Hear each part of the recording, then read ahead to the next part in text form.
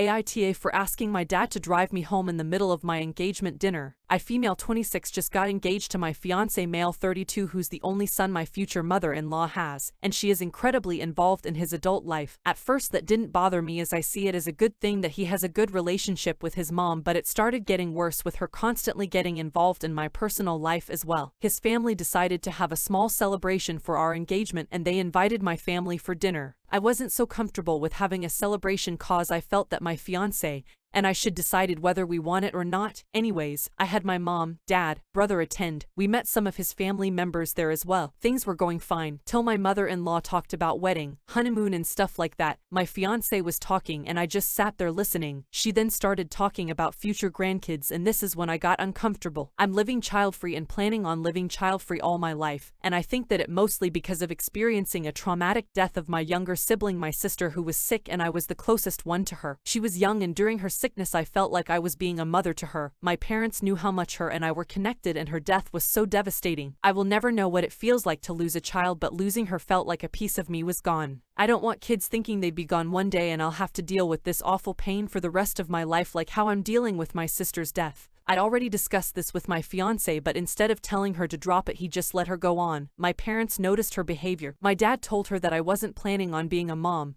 but she just laughed it off and said that I'll change my mind. They started making a toast. She made a toast saying to my future grandchildren. I got sick of it. I quietly told my Fiabs that I wanted to leave, but he told me to wait. I turned to my dad and asked him if he could drive me home, and my family all got ready to leave. My mother-in-law tried to pressure us into staying, but we left eventually. In about 30 minutes after her guests left, I got a call from my fiance telling me his mom wants to talk. He gave her his phone and she blew up on me for walking out and embarrassing her in front of her guests, and brought up the kids topic and said that she get a say in that. She berated me for 5 minutes then hung up on me. My fiance called but I ignored him. I went home with my family feeling awful. The whole situation sucks, and I cried feeling hurt by them and their lack of consideration and them just steamrolling my decisions as a person like that. Story 2. AITA for locking my husband out of our bedroom after our wedding reception. He title sounds bad, but hear me out. We were high school sweethearts and met at 14. We dated for 6 years before getting married, and it was clear that he's always been extremely close with his mother. She's always been trying to convince him that we shouldn't be together. Even when we were teens, she was trying to break up. When we first announced our engagement, she freaked out. She told him, "You won't have a future with her. You're too young, you don't know what you're doing." She even told him he can do better than me. So the wedding reception came, and it was a small family affair at my older sister's house since she has the yard space for our families to come. She never even came by to help us set up. It was mostly just my family and me. The entire reception was more like a party. It wasn't a traditional walk down the aisle wedding, but our most important family and friends were in attendance. The entire night, my soon-to-be husband sat at a table with his mom. I let it go because I didn't want to have a fight at our wedding.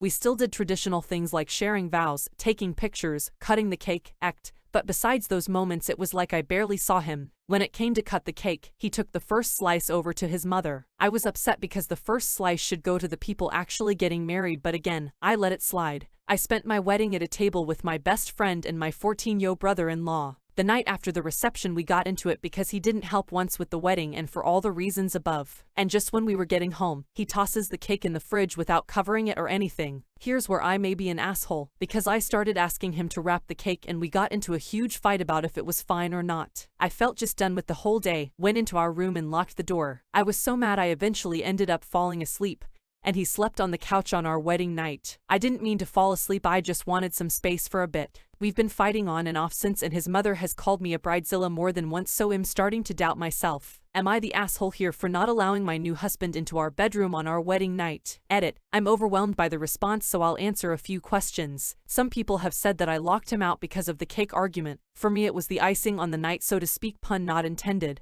I told him I needed space, and when I went into the room I stayed on the floor crying until I fell asleep, and I apologized for it the next morning. Locking him out was not my intent, but intention rarely affects the impact of the actions, and I do see that. A few people suggested that he spent the wedding with his mom because she was alone. She wasn't. His father, his brother, his aunts and cousins were all there. She absolutely was not the only member of his family in the guest list. Regardless of how it sounds, I do love him, which is why I agreed to marry him. His mother was against us because we met online. We have lived together for 2 years in a basement apartment, full bedroom, bath, living room and kitchen that's connected to my mom's house, but that's to save money for now. The wedding felt like the next step in a relationship, but a lot of people are telling me we should have waited or to get an annulment or divorce. We have a lot to work on, but I don't think it's that level yet. I'm going to try to catch up with all the comments, but there are so many notifications that when I scroll through them, it glitches and jumps to the top. Story 3. AITA for giving the family heirloom to my fiance instead of my daughter. Throwaway account. I have a 16-year-old daughter named Jane. Jane is a great kid and was really close to my mom until she passed away a year ago. My mother gave one piece of her jewelry to her children before she passed away. I was given her engagement ring. I have been planning a proposal to my girlfriend, Laura 30 female, for about 6 months now. Jane is from my previous relationship. Her mother and I were never married.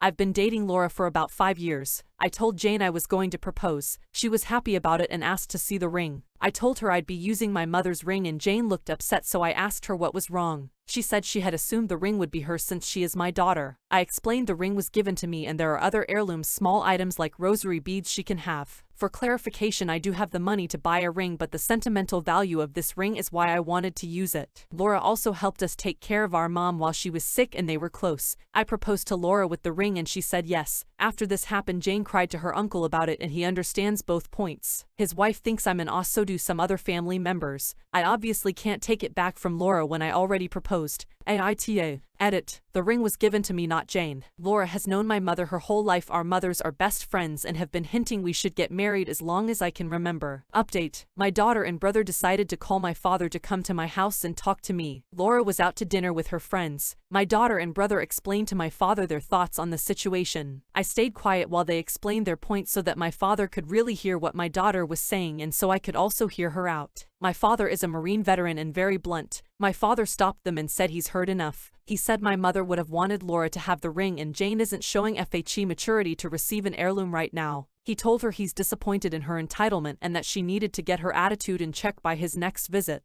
He also reminded everyone Laura's been family for years, even before we were together, even if it's not by blood. My daughter said yes sir and isn't happy about the outcome but accepts my father saying this is what my mother wanted. Final update. Since everyone wants to know Laura's take, here we go. I told Laura what was going on and that Jane is upset. I also told her the ring is hers now and she can decide who it is eventually passed down to. I know a lot of people won't agree with this, but it's what I'm doing. We have a prenup in the works for other properties we own. Laura suggested adding the ring just for secure minds and we agreed we would add that it would be given back to the family if we were to divorce. Laura will not be passing on the ring unless she passes away. That is my father's request to her and she is honoring that. We have spoken to Jane and I have explained all of this. I've explained she'll always be my daughter and that won't change. She understands. She apologized to Laura and me for her behavior and explained she was just upset. Laura had a one-on-one talk with her as well about how she loves her and isn't trying to replace anyone or change the family dynamic we have. Jane seems to feel better. Update. Laura might be pregnant. Jane does know. Update. The ring has been added to our will. We have decided to continue the tradition I started of the ring going to a son to give to his wife. If we do not have a son, then the ring will go to a grandson or to my nephew. Since the ring will not be given to anyone until we pass, we are not telling Jane that has been added to the will.